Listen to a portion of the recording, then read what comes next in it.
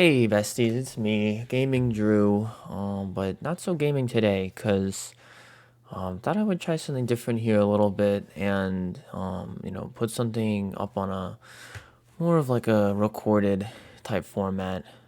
I don't know, trying to roll with videos like these, but just something more that is more of like a kind of like a I don't know, like a commentary, just something that I've had on my mind and something that I interesting in talking about. And this is my first attempt at YouTube, so might be a little rough on this first video, but I'm positive that we'll be able to figure it out on this one. I am 100% sure of that. But to actually just let's just jump right in as one does on these things. And I've had something on my mind lately. It's been on my mind for a really long time, actually, just about and this might be like mostly an American problem, but I don't think that it is exclusively one, and it is of cars.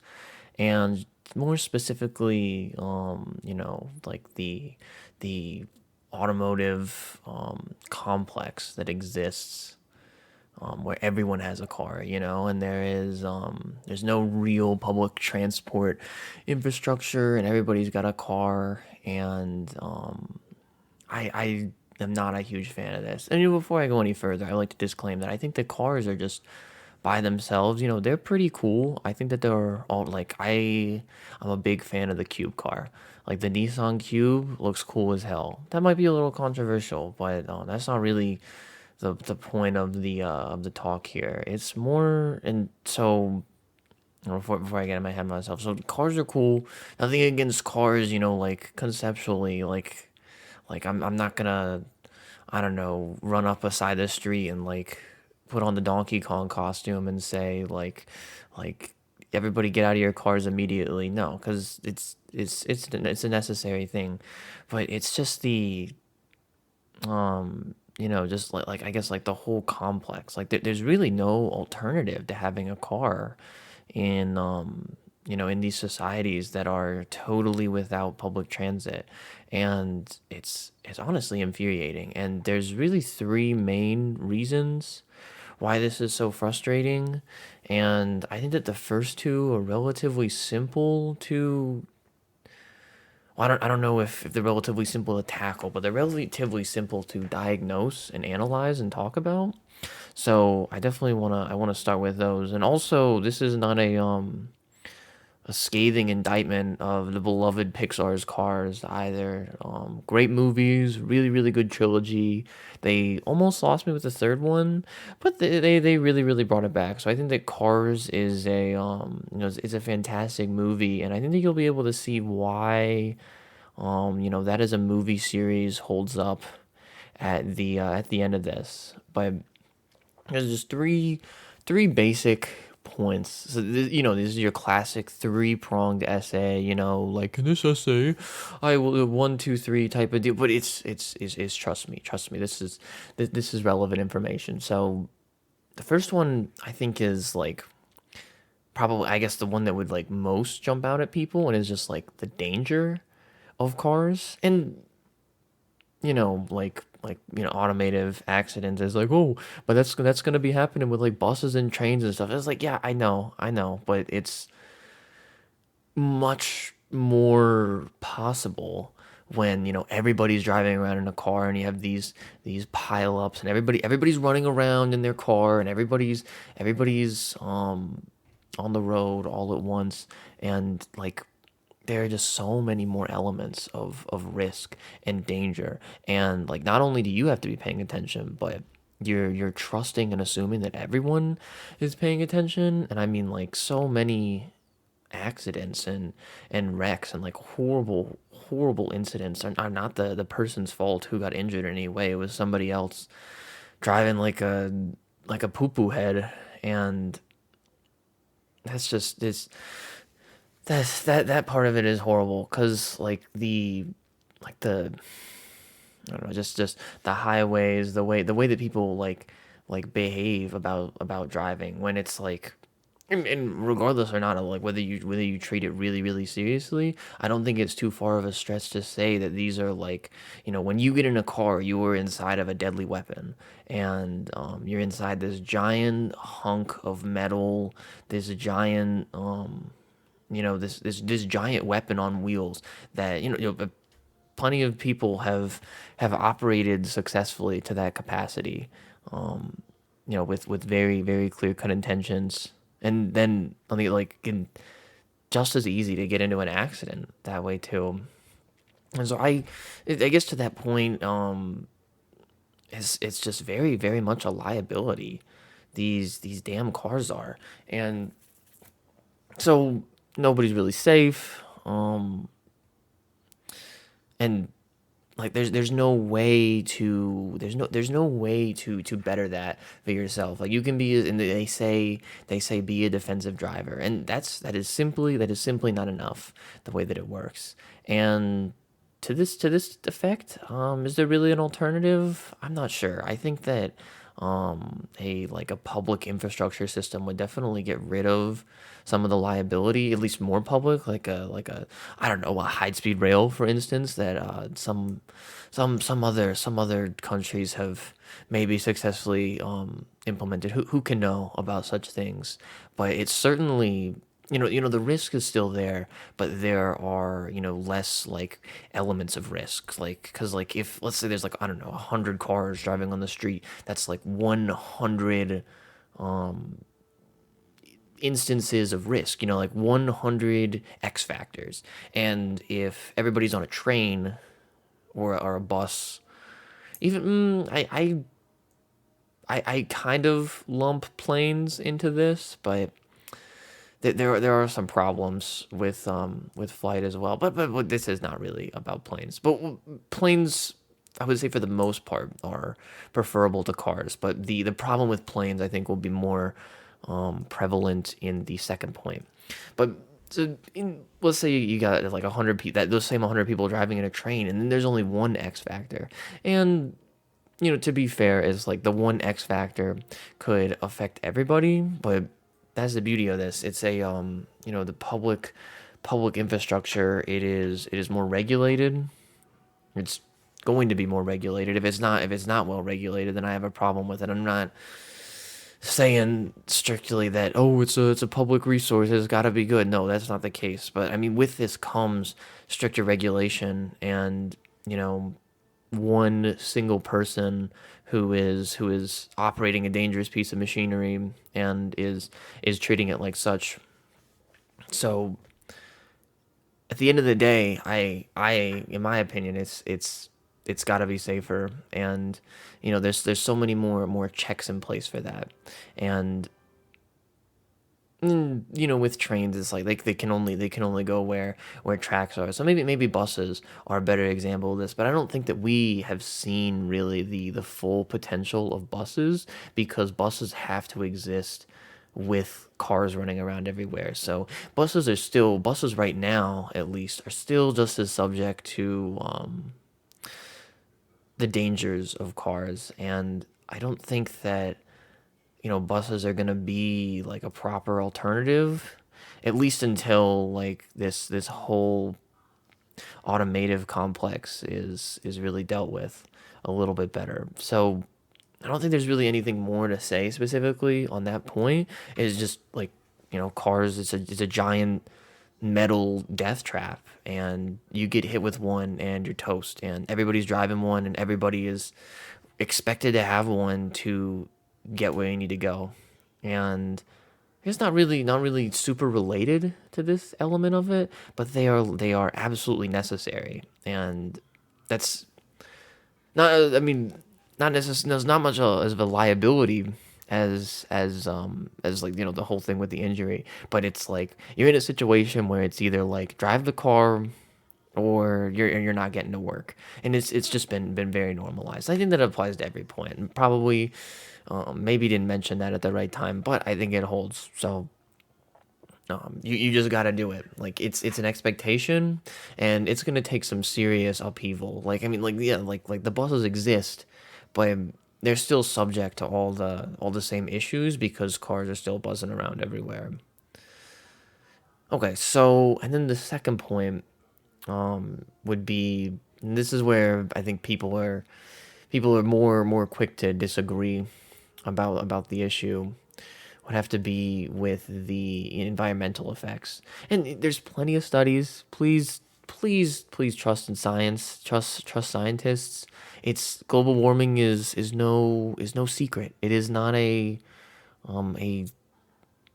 a giant ruse created to hurt businesses and hurt entrepreneurs. No, it is a very real oncoming event that cars play a central role in, perpetrating. Fossil fuels are the continued burning of them is rapidly killing the planet, and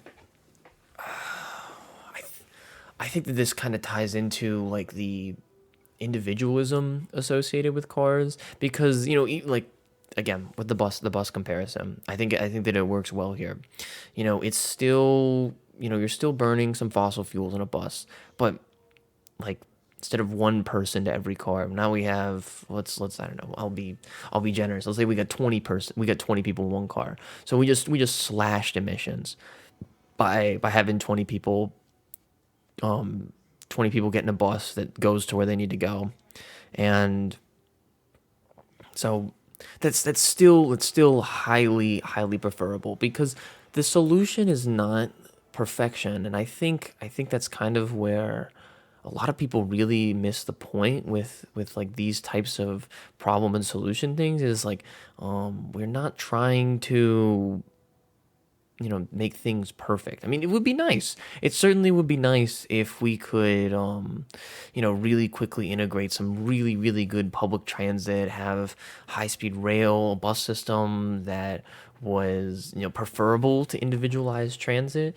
But that's not going to happen tomorrow. But you make a difference, and this is also not a like a plea for the individual. No, not even a little bit, because that shit infuriates me to an entirely different level. It is not the responsibility of the individual, because like I said, and I think that it is a clear thing about cars, is like, even if you don't want to drive one, the average person, has to go to work. You're on that 9 to 5. You're just trying to get through the day. You have to engage in car shenanigans. So, and that is not yours or that person's or any person's fault.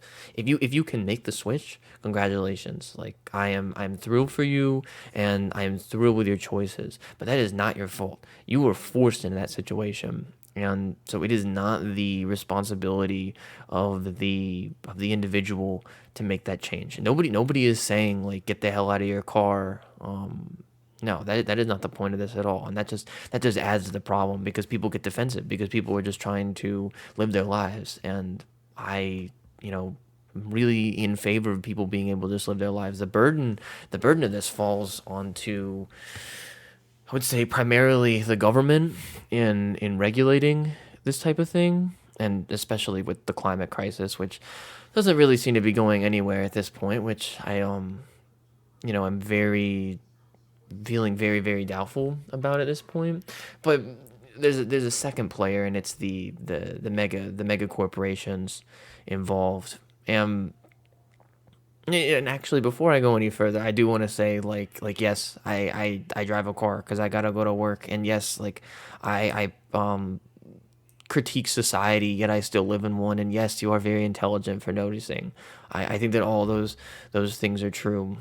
I just want to make sure that that's crystal clear.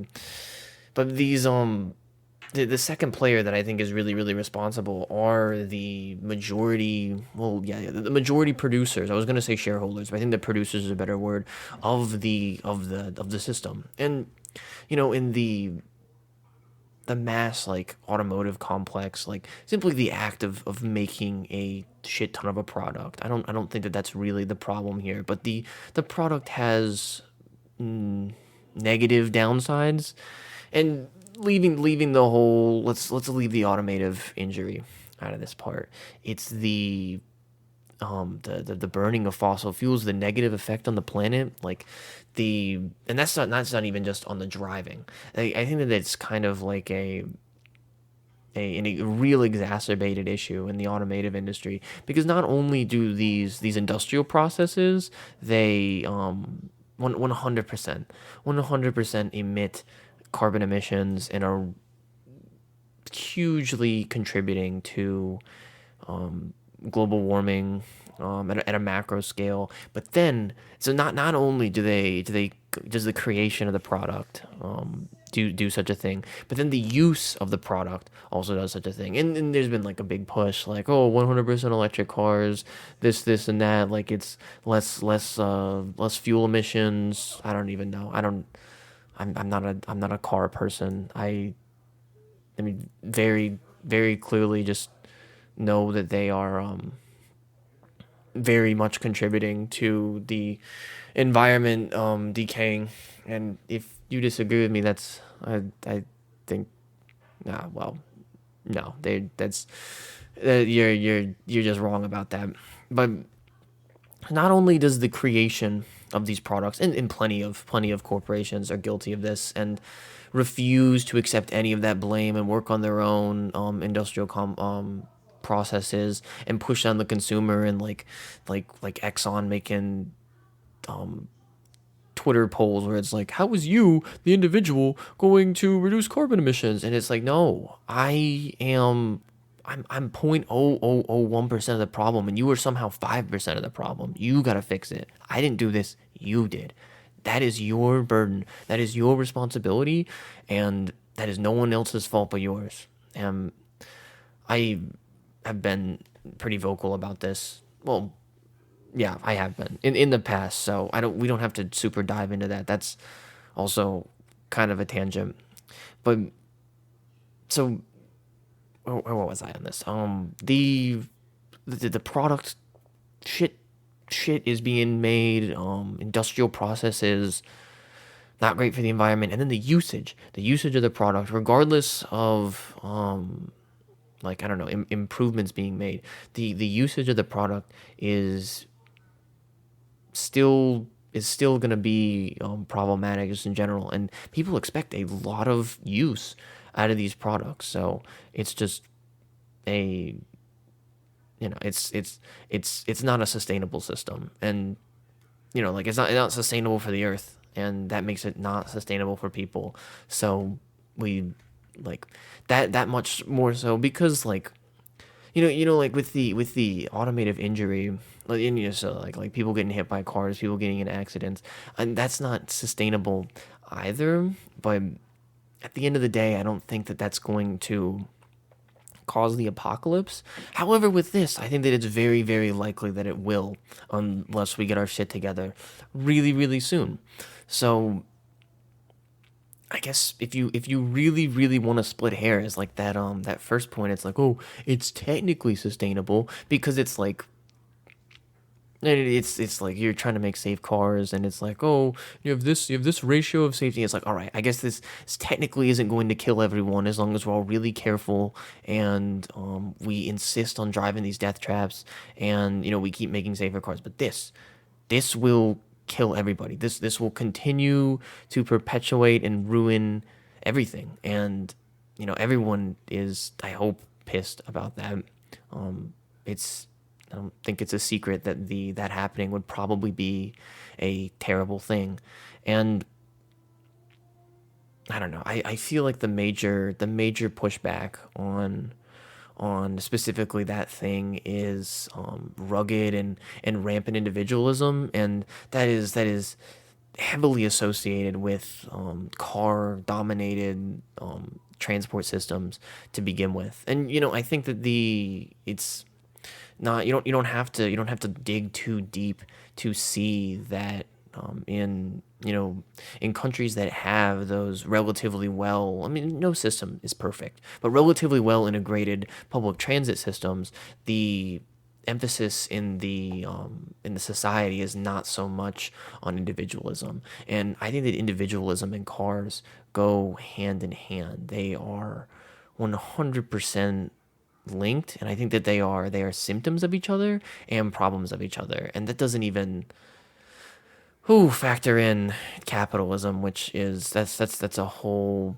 additional issue that we'll see. We'll see if it gets involved in here, but the rampant individualism that goes with it, the rugged individualism of it's like, I need my own car. I need to have absolute control. I'm my own person, and individualism is not, it's not evil. I'm not a huge fan of like incredibly aggressive individualism, but everybody should have some individualism to a certain extent. But a society dominated by it is ultimately going to be hurtful to the general public, because it's going to have a handful of winners and a majority of losers. And that perhaps something in common there with a relatively well-known economic system that I said that we may or may not get to, but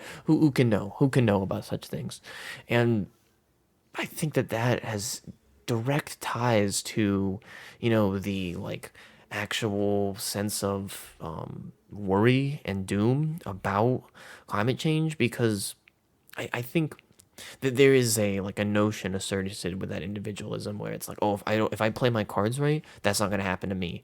I am going to look out for myself. I'm going to play my cards right, and that can never happen to me. And that's the thing about a climate apocalypse, is that it happens to everybody. Unfortunately, there's a little bit of forced, like, what is it, like I don't want to say the dreaded C word, but I think that there may be a little bit of communalism, some communism perhaps associated with that. This is everybody is going to get hit with the end side of the shaft on this one. And I think that relatively for the most part, it seems like climate science is getting more and more accepted on the mainstream, but that's not even close to effectively dealing with the problem in any way, because just me like admitting that something exists is a far shot from admitting that like something is a problem that we actually have to deal with. And I think that the prevailing mindset, and I think that some things, I think that a lot of activity to do with climate change and climate science right now is mostly talk. People say it's like, oh, it's a big problem, we got to deal with it, but it's one of those things where it's far enough away where you can kind of compartmentalize in your mind and say, oh, that's in the future, like we'll deal with that when it comes. And fortunately it has come. It's kind of an invisible problem right now, and once it becomes like, it's such this nasty, like disgusting blemish where I don't know, it's like a giant, like, I don't know, like wart coming out of the wall, and like there's nowhere else in the room you can look, and it's like, all right, fine, fuck it, I gotta look at this. That's at that point it's unavoidable. Um, but then, yeah, so I don't know. I don't. There may have been something there, but I digress. And so it's eventually going to be unavoidable. But that prevailing mindset is like, saying it's like, oh, this is a real problem, and then kind of pushing it to the back of your mind, because it's like, oh shit, there's problems going on now.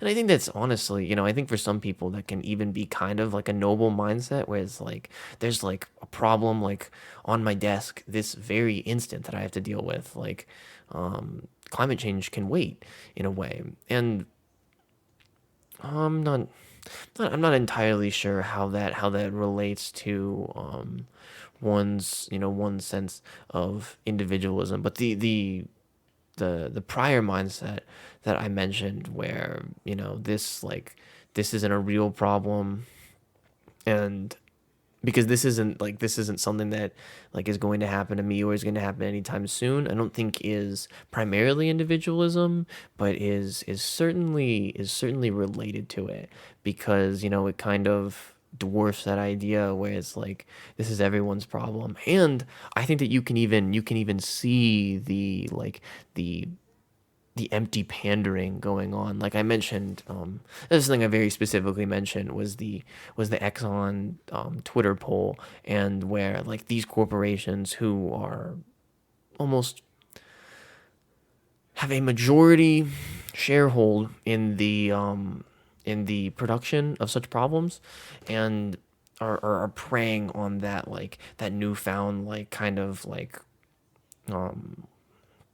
I don't want to say fake, because some people really have this and they are like trying to fight for a better tomorrow, but it's kind of like pandering to that crowd where it's like, oh, what can you do, like we're all in this together. And it's interesting that the giant oil producing mega corporation is suddenly interested in what we can all do for a better tomorrow. Yeah, that's just really interesting and not at all totally terrible, but that's something that people are, I don't know, not people. Well, I guess companies are people too. Citizens United is a powerful court case, and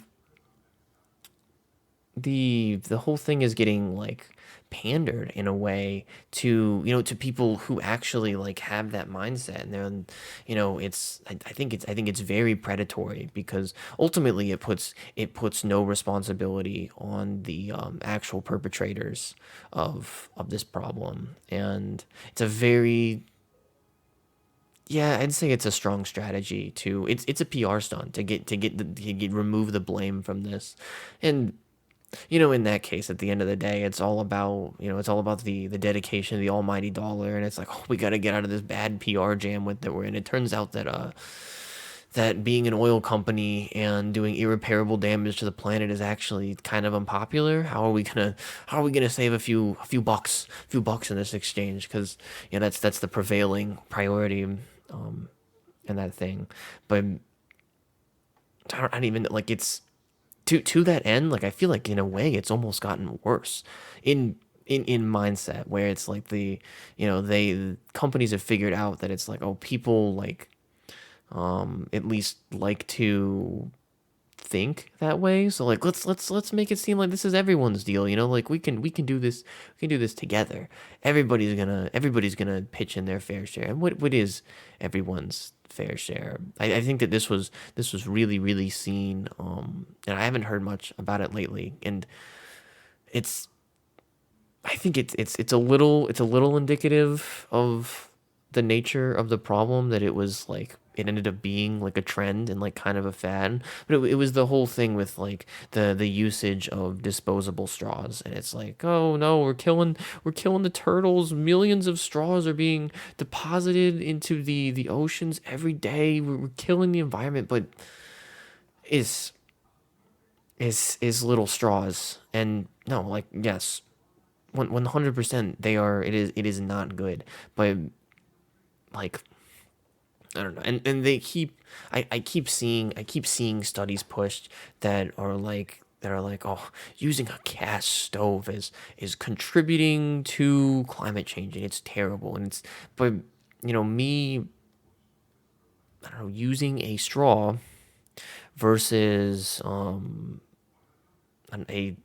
oil, or let's, like a major fishing company trawling the waters, or a producer of red meat, with all those carbon emissions.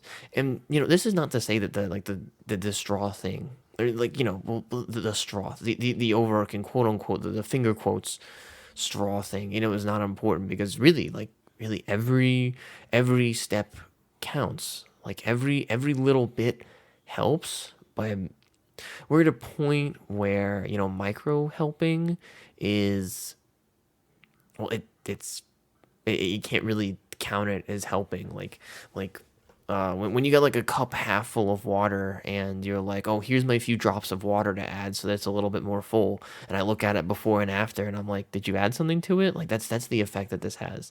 And the big guys are, like, they are pouring the entire cup in the water, and they're like, we did this together. We worked hard on this. We were wonderful together on this one. So we'll have to fix it together now. This is our shared responsibility.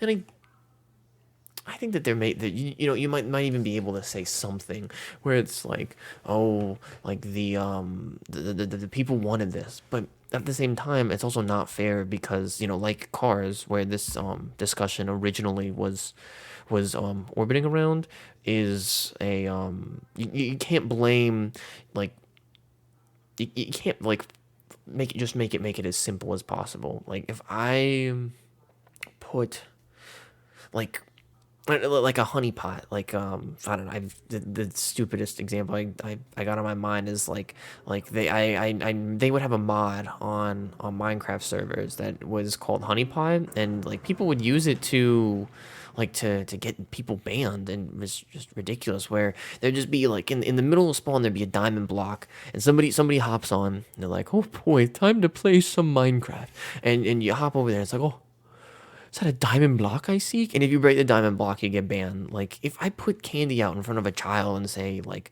sweet, delicious candy, and they eat it, and I don't know, then they get like a tummy ache or something, and then I'm like, what the hell, child? How could you do this to yourself? This is your fault. No, that's not at all fair. And the same thing holds with unsustainable business practices, and then blaming the people who bought that product, where it's like, how could you do this? How could you ruin the world like this? And I think this whole idea of companies blaming consumers, really throwing around their own, I don't know. It's very much a PR thing, throwing around their weight, being like, "Oh, this is all your fault," and it's like, okay, well, it doesn't really matter whose fault it is. Now we all have to clean it up, unfortunately, and only the big guys can stop doing their mass industrial processes that contribute the majority to this. And I think that's a pretty good tie-in to my third and final point about my burning hatred of cars. And I might not sound that burning right now, but I'm pretty pissed off. But I've been thinking about this for a while because I really wanted to, I don't know, like soothe the flames of rage and get this into at least a semi compact type of deal.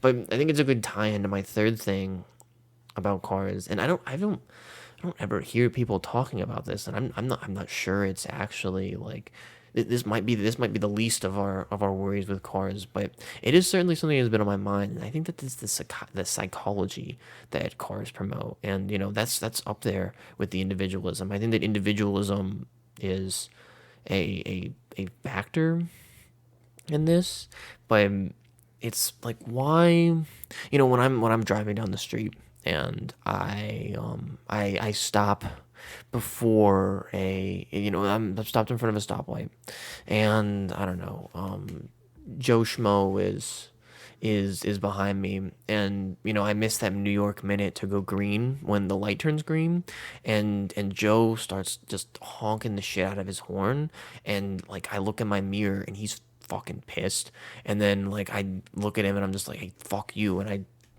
quickly flip the bird to Joe, and Joe flips me back. Is like, why are we empowered to do things like that? So as much as I think that cars are a symptom of individualism, I think that individualism is ultimately promoted by cars. Like they take away your humanity to a certain degree, at least in perception. Certainly, because I've heard jokes about it. It's like, no, Patrick, everyone does not turn into NPCs when they get inside of their cars. That's bad. And like, I've seen that in, like in meme format, but like, I think that that's a very real and prevailing line of thought. And it's like, once you get inside this tinted metal box, it's like, oh, hello, NPC, whose only purpose is to piss me off while trying to get from point A to point B. Like, I think that there's like a handful of things that you could point to with like the actual design of the car itself. Like you're relatively isolated from the outside world. You're in a big metal box, and the windows are tinted. Like when I'm driving down the road, I like unless I'm stopped or I'm really close to somebody, like I can't see shit inside other people's cars. It is like when I was little, like when I was driving on the highway and another family would drive drive by. I'm like trying to look inside their car, and it's like, damn, I really want to see what they're watching inside their car TV. I wish we had a car TV, and I can never see it. The windows is too tinted. You can't see everything. Everything's moving so fast, and so it's like you can't really like even perceive that there's a human in there. But like, why does that stop us from even like, I don't know, thinking about that? Because it's, and I've heard plenty of my friends who are like totally, they're kind, they're soft spoken. They get in the car, somebody pisses them off, and it's like, hey, you fucking asshole, pee head, shit face, how could you fucking merge on me? What the hell? And then like 2 seconds later, and it's like, oh damn, I'm sorry about that. And like, total kindness and respect, but behind the wheel, I mean, the whole concept of road rage comes out, and people are fucking pissed. People are ready to scream and shout and let it all out when they're behind the wheel. I don't think that that's just because of tilted windows or tinted windows and difficulty of sight. It's, I don't know. It's not like some huge, deep, probing thing, but I think that it is more than that. I think that the actually that nature of like the cars, where it's like you're driving around in a death trap, and it's like, and they say at school, it's like be a defensive driver, and I think that like you're kind of looking out for your own ass, and maybe in a way it's like when I'm super pissed, like especially when I think that somebody's gonna crash into me, like it is that heightened sense of risk and liability, and like that fear, and that there is just some asshole who's not playing their part behind the wheel. But I don't know, and this is like a looser blame here, but it's like nobody is, well, I say nobody, but well, there are like there's NASCAR and shit, but it's like I can probably assume that people aren't just driving around for fun, or they're not like rushing around everywhere to have the time of their lives. It's like, I gotta get to point B, you gotta get to point B. We're all trying to just get through the rat race, where we are trying our absolute best. So like, I don't think that the blame is really fairly placed on any of those people, but they, so like, there's that fear, there's a liability, and they take away our humanity in a way, and that ultimately, while I think that cars are a symptom of individualism, it's a circle. They promote it as well. They promote you to think like, I am the main character surrounded by NPCs who are trying to kill me. I'm just trying to get to point B. Why is everybody working against me? And it promotes that incredibly toxic worldview. Like everyone is trying to ensure that I lose. Like I am fighting against the world right now, tooth and nail. And you see, like, as soon as, I mean, I've seen some pretty nasty fights where people get out of their cars and they continue screaming. But there's a noted difference where like you're outside of your car and you're like, oh no, everything's fine. You get in your car and it's like, what the damn hell? You get out of your car and it's like, oh no, everything's fine. And like it promotes rugged individualism. And in my humble, pissed off opinion, I think that's a horrible thing. Not only is it already like like a individualism brought us here, and it's I mean, maybe it's perfect for people who, I don't know, the people who love that kind of thing. It is a symptom of it, and then it promotes it, where by using the individualistic let's say, like, I don't know, component, we can get people to be even more individualistic, and you force them to doing so by not having strong and well regulated and well funded public transit. And you just, I don't know, I individualism is certainly not selfishness, but I don't think that the two things are very far from each other. And then like I said, like the few will prevail while the many do not. The many lose, in fact, on the other side of prevailing. There's not really like doing all right in this type of thing. Like some people, a few people win and a lot of people lose, and like that's like people who get um in car accidents, and eventually all of us except for the billionaires that go live in their space bubbles when we ultimately destroy the environment. I hope does not actually happen. But they oh my gosh, they individualism fostered this system, or individualism created the system, and now the system fosters individualism, and it's really a perfect storm to tie it all back to like the how can we all do this together? The corporations, the government, they get to act like everything is like everyone's problem, like, oh, why can't we all get along? And when, like, you've set it up where everyone is trying to beat everybody else, and everyone else is treated as an active obstacle. And they get to swoop in and be like, let's all hold hands. This is nobody's fault. We can all work together to resolve this. And it's very easy because, like, the perpetrator is relatively in relatively clear sight, but it puts a target on the backs of pretty much just everybody else, and you're fighting against the people who should be your allies. And it makes me so pissed off and sad because it's like it's to the point where for survival it is a necessary evil. Like, I don't have to scream and screech and do road rage, but it's like, yeah, I got to get behind the wheel every day and try to defend myself so that I can make it to the next day, so that I can keep doing this. That's just, I don't know. I hope that there's a better way. I have a lot of hope in the light speed rail. Let's get the bullet train. Let's get some bullet trains going. It'll be like boom bam pow bullet train. And just I not to end on a super nasty note. Like, let's get some good public transit going. Let's get like a I don't know, super bus. Bullet train would be nice. We can do that that movie where there's the zombies on the train. People may like that.